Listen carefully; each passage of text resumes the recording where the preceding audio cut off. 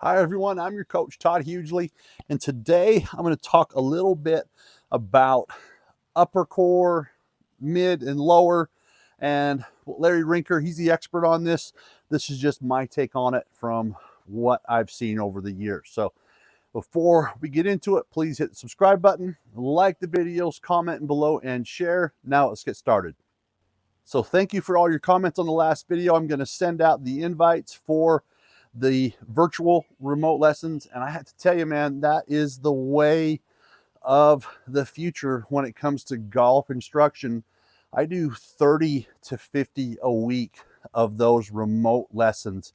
And the thing that's wonderful about them is we can accomplish so much and get right to the point. And it's what should happen at the on-course lessons and the lessons when you meet the range, but it just seems that they're just so much more focused and they're less expensive, and we can do them on the range. You can do them in your simulator, or you can just do them in your house. I've done so many lessons, it's just incredible. So that is the wave of the future. Now, when it comes to playing golf, there's hundreds of ways to do it. I mean, I talk about it all the time. I don't say my way is the best way to play. I mean, I have friends who are great coaches who teach players to have a lot of shackling. And to me, I don't think that is a necessary part of the game, just because I've seen players play to a high level with coming to neutral at impact, okay, or a slight bit of shackling. They're never behind. That's crazy talk.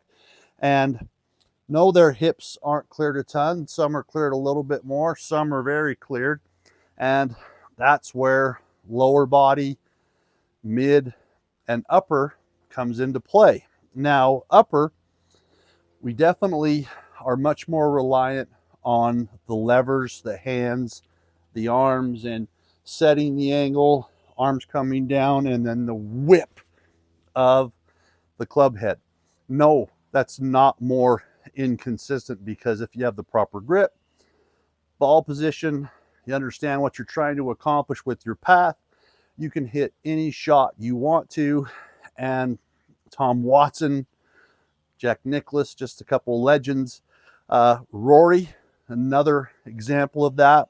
Lexi, Nelly Corda, they pretty darn good players. They are deemed upper core. And yes, their lower body moves, but they're very reliant on their hands and arms and the levers for controlling the ball, shot shape, trajectory, whatever it may be. And they do have a lot of power.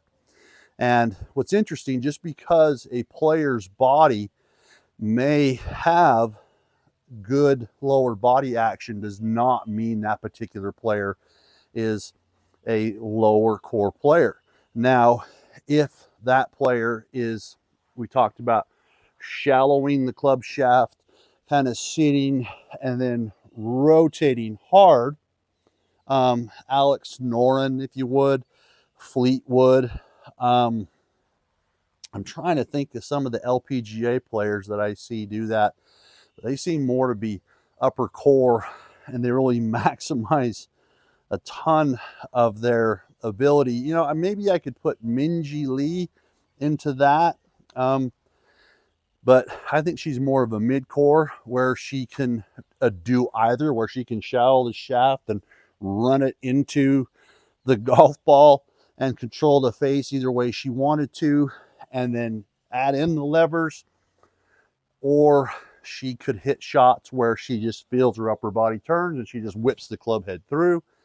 And that's basically the difference. So I've had a lot of golfers lately saying how incredible L to L has been for their games. And they're just getting to this L position, hands are coming down, and then they're unhinging and delivering the club head to the golf ball. I don't want to hit anything into my neighbor's yard there, but it's just this whoosh type of motion where they're really feeling, they're very active with their hands and their wrists. And yes, the club is closing. there is action going on there. And no, that is not incorrect or going to make you inconsistent in any way, shape, or form. It's just like any other approach. If you take a lower core approach and you get out of sequence and then you get stuck, now you have to come into impact and you really have to flip. And let's talk about that. A flip for the final time. This is flipping. Flipping the club shut. That is a flip. When you scoop at it, that is an early release. I don't care what you may see, that is what it is. If you come into impact and the club face is wide open, you have to flip it to close it, okay? Then if you have to be a little late and you scoop at it, or early release because you really outraced it or you're stuck, whatever it may be, those are the differences. So you understand what a flip is, you understand what an early release is. Cracks me up. If someone does this chipping, they scoop or early release. The second they come to a full swing, now coaches want to call it a flip. No, this is a flip. All right, enough with that. So you have to really kind of develop which way fits your athletic personality. Are you better, say, with your feet closer together and whipping the club head and hitting golf shots? There's a couple different ways to do it. I talk about different release patterns that are all, centered around firing the club head. There's the unhinging. Then there's this one that I've talked about where it feels like it's a baseball and you come into impact, club gets here, and then it's just wham, works into the golf ball. That's generally what I use, okay? Or are you going to, I don't know how you can do it, a body kind of a release player? It's up to you. And you're going to find one is very easy. You may gain a little distance. You might lose a little distance, but if you gain accuracy versus distance and distance versus accuracy, you have to weigh that. Is your short game good enough to make up for some inconsistencies? But again, the release that I really teach most players is when that handle comes down, you feel that club just whips past you, like it just goes right past you as your body keeps up with that. And that has this type of a look to it. Okay, whoosh, just like this. And yeah, it's happening down here, just wham, has a great angle of approach. Club face is not too steep, it's not too shallow, and it really produces a consistent kind of a boring trajectory. It's not real high, it's not real low, it's that mid-flight. But again, that's upper core coaching. So it feels your arms are coming down and the club is just whipping past you like that. That's what it feels like.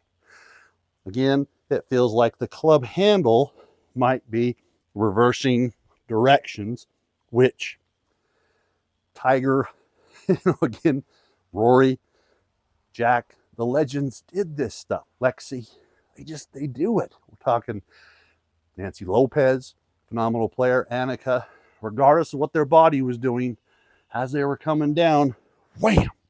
A lot of them, if they were a mid-core, they would have a lot of lower body action and then incorporate a good release. But say you get Alex Noren, who really is kind of a handle dragger, hitting a big fade type of player. That's what he does, and he eliminates one side of the golf course by hitting that pretty little fade that he hits out there. But he's definitely a lower core player. So you have to kind of figure out which one you are. And I really will recommend starting that feet together and feeling that release that I talked about. I'll just back running the club into the golf ball, and it just feels like arms go up, arms come down, they rotate, and that is the release. And your arms fold up. That's how you know you've released correctly on the follow through. I had a very interesting conversation with Butch Harmon years ago about not dragging and going like this, but allowing the club to fold up. Before I was involved with Mr. Malaska, and I learned a ton there. But picking all those minds and gaining all that information has been invaluable. So decide if you're upper core, if you're a mid, or if you're lower. If you're lower, you're very much going to be dependent on a rotation oriented golf swing. If you're upper, it's going to be more of the arms and the body blending out with that type of stuff that I coach. A lot of golfers have success with it.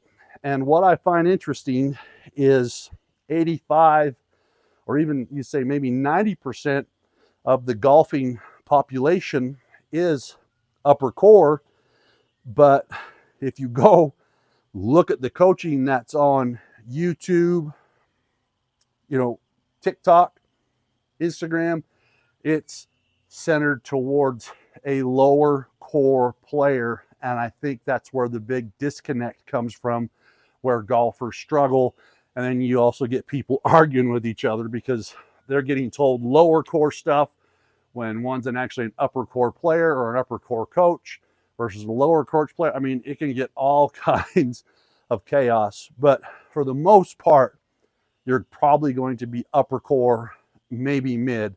It's pretty rare to be a lower core. And I want to say with 15 years now, I've had 8 students, and I'm talking thousands of players who have been lower core. And the vast majority have been upper.